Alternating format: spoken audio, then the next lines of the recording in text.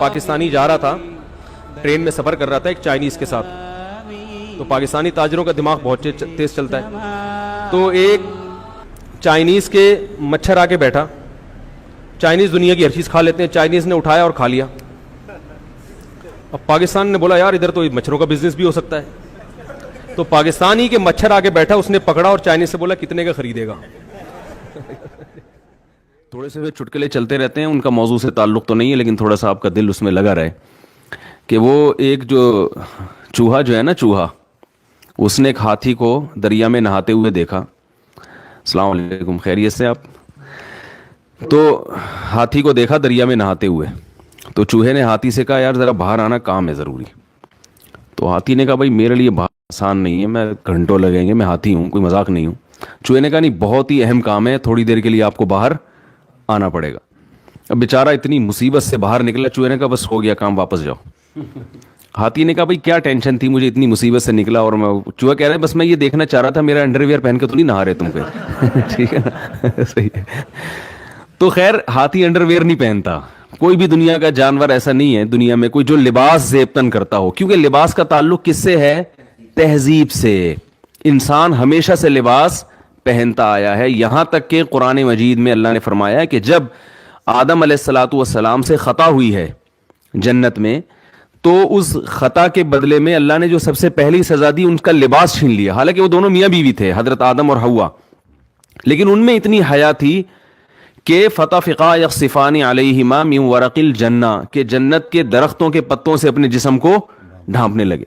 تو پہلے دن سے اللہ نے انسان کے مزاج میں اور انسان کے فطرت میں کیا رکھا ہے؟ تہذیب. لباس کا تعلق کس سے ہے؟ تہذیب. ایک جاہل پیر تھے, جاہل پیر ہوتے ہیں نا اپنے مریدوں کو بس کھانے کھلانے کی ترغیب. انہوں نے کہیں کدو کی فضیلت پہ بیان کیا.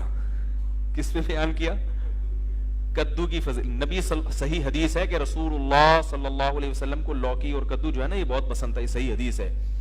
حضرت انس بن مالک رضی اللہ تعالی عنہ فرماتے ہیں کہ جب ایک صحابی نے حضرت انس بن مالک کو دیکھا کہ وہ سالن پکا ہوا ہے, اس میں جہاں جہاں کدو ہے نا, تو حضرت انس بن مالک وہ کدو تلاش کر کر کے کھا رہے ہیں. تو کسی نے پوچھا کہ ایسا کیوں؟ فرمایا میں نے نبی صلی اللہ علیہ وسلم کو ایسے ہی دیکھا. آپ کو لوکی پسند تھی, صحت کے لیے بھی بڑی زبردست چیز ہے, لیکن یہ ایک تو ایک طبعی چیز ہے نا, کوئی ضروری نہیں کہ ہر آدمی کو پسند ہو, یہ تو طبعی چیز ہے.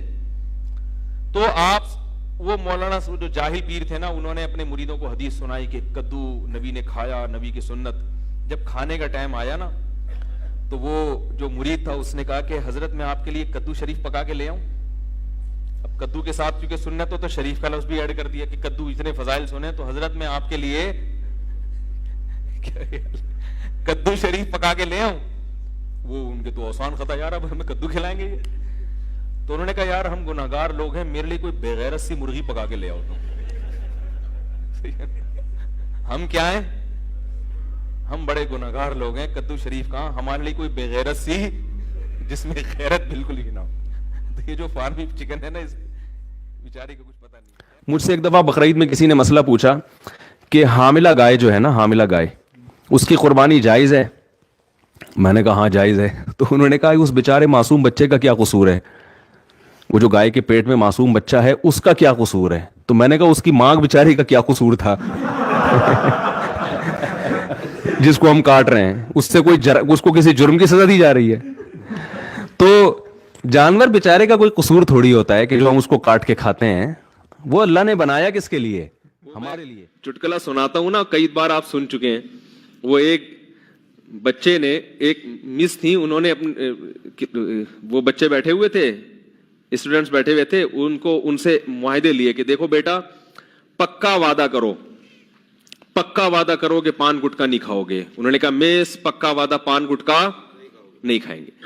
بیٹا پکا وعدہ کرو چوری نہیں کریں گے. میس کبھی بھی چوری نہیں کریں گے. ہر چیز پہ وعدہ کر رہے تھے, سارے معاہدے کروا لیے, ملک کی خدمت کریں گے, یہ کریں گے, وہ کریں گے, ایمانداری سے جہاں بھی جائیں گے ایماندار. آخر میں کہا کہ بچوں پکا وعدہ کرو لڑکیوں کا پیچھا نہیں کریں گے. بچوں نے کہا پکا وعدہ لڑکیوں کا پیچھا نہیں کریں گے. اب بچوں جو ہے نا اندر وعدہ تو کر لیا. اب مس نے کہا اچھا پکا وعدہ کرو ملک پر جب جان دینے کی باری آئی تو جان دیں گے. انہوں نے کہا دے دیں گے, ایسی زندگی کا کرنا بھی کیا ہے ہم نے. جب جان دینے کی باری آئے گی تو کیا کریں گے؟ جان دے دیں گے. زندگی کو بچا کے کرنا بھی کیا ہے. میں تو ایک جگہ حیران ہو گیا, ہم کہیں جنگل میں گئے تفریح کے لیے, تو مجھے تھوڑا سا شوق ہے مختلف لوگوں کا انٹرویو لینے کا, ان کا کلچر کیا ہے. تو میں نے دیکھا کہ اب ہمارے کیمپ کے قریب 2 ذرا ایجڈ سی خواتین تھیں, تو میں نے کہا چلو ان سے تھوڑا سا انٹرویو لوں, یہ خیمے میں کیا پکا رہی ہیں. ہم وہاں قریب گئے تو وہ کچھ مچھلی ڈال کے اور کچھ پکا رہی تھی. تو تھائی زبان میں ایک ترجمہ کرنے والے میرے ساتھ موجود تھے, تو وہ انہوں نے بتایا کہ یہ مفتی صاحب ہیں, ہمارے عالم ہیں, یہ آئے ہیں, یہ آپ سے انٹرویو لینا چاہتے ہیں. میں نے ان سے پوچھا آپ کیسے رہتے ہیں, کیا کھاتے ہیں, تو گپ شپ ہوئی. تو پھر جب انہوں نے تعارف کروایا نا کہ ہمارے عالم ہیں یا مذہبی رہنما ہیں, تو پھر وہ کہنے لگیں خواتین کہ آپ, وہ تھیں تو بدھسٹ تھیں, تو انہوں نے کہا آپ ہمارے لیے گاڈ سے دعا کریں کہ اللہ ہمیں اولاد دے دے. تو میں نے کہا یہ دونوں لیڈیز کے اولاد, یعنی شاید ہمیں سے مراد ہو, ان کے میاں کہیں اور رہتے ہوں گے, دونوں کی اولاد نہیں ہوئی. تو میں نے کہا کہ وہ کیا مطلب آپ دونوں کے, یعنی شوہر کہاں ہیں؟ تو پتہ چلا کہ یہ ان کا شوہر ہے اور یہ کیا ہیں. تو میں نے ان کو, ویسے وہ اردو سمجھتے بھی نہیں تھے, میں نے تھوڑا مزاق کیا, میں نے کہا اسی وجہ سے تو اولاد ہو نہیں رہی.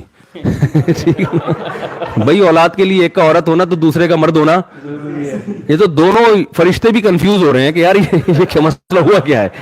ٹھیک ہے کہ بھائی ان کو اولاد اللہ کی طرف سے دے کیسے ہم. تو ایسے عجیب فیشن ان لوگوں کے کہ مرد نظر نہیں آتا اور عورت نظر نہیں آتی. تو اسلام نے حکم دیا کہ مرد ہو تو حلیہ کیسا ہونا چاہیے, یہ نیچر ہے بھائی, مرد بن کے رہے اور عورت بن کے رہے. وہ ایک آدمی کسی کے یہاں رشتہ, بیان ختم ہو گیا, جو جانا چاہیں جا سکتے ہیں. ایک آدمی کسی کے گھر میں رشتہ لینے کے لیے گیا, تو وہ لڑکی کے ابا نے نا, جو لڑکا آیا تھا رشتہ لینے کے لیے, اس کے سامنے چائے اور بسکٹ رکھ دیے. اب وہ لڑکا وہ ڈبو کے کھا رہا ہے نا, تو لڑکی کے والد نے بولا کیا ہے, اس کو تو تمیز نہیں ہے کھانے کی, تو انکار کر دیا رشتے کا. اب لڑکے کو بڑے شرمندگی, بھی بہت افسوس ہوا, یار یہ کیا ہو گیا, اور پتہ بھی تھا کہ کیوں انکار کیا. تو باہر نکل کے لڑکی کے ابا سے کہتے ہیں رشتے کا آپ نے انکار کر دیا, افسوس تو بہت ہوا, مگر ڈبو کے کھانے کا اپنا ہی مزہ ہے. ڈبو کے کھانے کا اپنا ہی مزہ ہے, تو وہ تھوڑی چھوڑیں گے ہم. اور حقیقت ایسے ہے, حقیقت ہے, چائے بسکٹ رکھے ہو نا, میرا اپنی ظاہر بھی ہے کہ ڈبو کے کھانے کا شرم تو آ رہی ہوتی ہے انسان کو, لیکن جو مزہ آتا ہے ڈبو کے کھانے میں, وہ بغیر پاپے جتنا ڈبو کے کھانے میں مزہ آتا ہے. تو بسکٹ ہو کوئی بھی چیز ہو, ڈبو کے کھانے کا بہرحال اپنا مزہ ہے. تو اب کوئی بھی, میں کہیں جاتا ہوں نا, کوئی لوگ چائے بسکٹ رکھ دیتے ہیں زبردستی کے کھا وہ لو, تو پھر میں ڈبو کے ہی کھاتا ہوں, اور میں بولتا ہوں بھائی ڈبو کے کھانے کا اپنا مزہ ہے. آپ کو لگے گا مفتی صاحب کیا کر رہے ہیں, بھائی ہم آپ کی وجہ سے مزہ تھوڑی. جب مدرسے گئے نا, تو ایک تو ملا کے لفظ سے بھی ایک وحشت ہوتی تھی, اوپر سے مدرسے گئے تو انہوں نے ظلم یہ کیا کہ ٹینڈ کرانے کا حکم دے دیا. پہلے ہی ہم کالج کی لائن میں, وہ ہر وقت جو ہے نا, وہ کہیں گلاس نظر آتا تو بالوں کی پف بنا رہے ہیں, یہ کر رہے ہیں, وہ کر رہے ہیں. ایک تو اتنی بڑی قربانی دی کالج لائف کو چھوڑ کر, وہ عیاشیوں کو چھوڑ کر. ایک حضرت کا مدرسہ بھی ایسا تھا, 8 طلبہ تھے اس وقت ٹوٹل, کوئی بڑا مدرسہ بھی نہیں تھا. تو اس میں جانا ایک, میں سمجھتا ہوں اللہ نے قربانی لے لی, اور اوپر سے آرڈر کیا آیا کہ یہ کیا کرا دو, بڑا طبیعت پہ شاک گزرا. گھر میں جائیں گے تو گھر والے اور مذاق اڑائیں گے, لوگ بھی, دوست احباب بھی, یار کیا بنا کے. اس لیے میں مدرسوں میں ٹینڈ کرانے کے بہت زیادہ خلاف ہوں. اور یہ جو میں نے بال رکھے تھے نا 8-10 سال زلفیں, یہ اس ٹینڈ کے احتجاج میں رکھی تھی. جیسے ہی مدرسے سے فارغ ہوئے بال چھوڑ دیے. لیکن کیونکہ گنجوں کا مذاق اڑایا تو اس کی سزا ہے کہ آج میں خود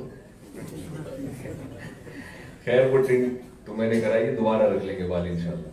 تو ان دنوں میں جب ہم روزانہ, یعنی ہر تھوڑے دن کے بعد آرڈر آتا تھا کہ ٹینڈ کرا لو, تو ایک دن میں افسردہ بیٹھا ہوا تھا, تو ایک طالب علم تھا, اس نے مجھے ایک شعر سنایا, تو بڑی تسلی ہوئی.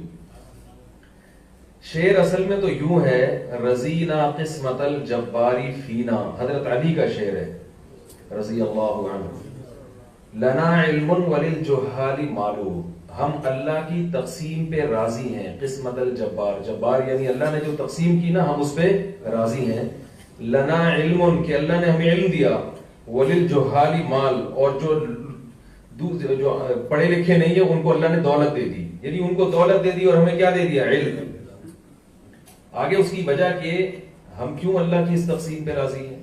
فَإِنَّ الْمَالَ يَفْنَى عَنْ قَرِيبٍ وَإِنَّ الْعِلْمَ يَبْقَى لَا يَزَالُ، اس لیے کہ مال عن قریب فنا ہونے والا ہے اور علم ہمیشہ باقی رہنے والا۔ تو اصل شعر یوں تھا، تو اس طالب علم نے اس کو چینج کیا، جب بار بار اس طرح پھر رہا تھا نا، سر پہ ٹنڈ ہو رہی تھی، تو تسلی کے لیے بھی شاعری کہی جاتی ہے نا، اپنا غم ہلکا ہو جائے، تو اس نے کہا کہ یہ شعر یوں ہونا چاہیے، رضینا قسمت الجباری فینا لنا ٹنڈن وللجہال بالو، کہ ہم اللہ کی اس تقسیم پہ راضی ہیں کہ ہماری ٹنڈ اور جاہلوں کے سر پہ بال۔ آگے دلیل، فَإِنَّ الْبَالَ يَفْنَى عَنْ قَرِيبٍ وَإِنَّ الْٹِنْڈَ يَبْقَى لَا يَزَالُ، اس لیے کہ بال عن قریب ختم ہو جائیں گے اور ٹنڈ ہمیشہ باقی رہے گی۔ ٹنڈ ہمیشہ کیا رہے گی؟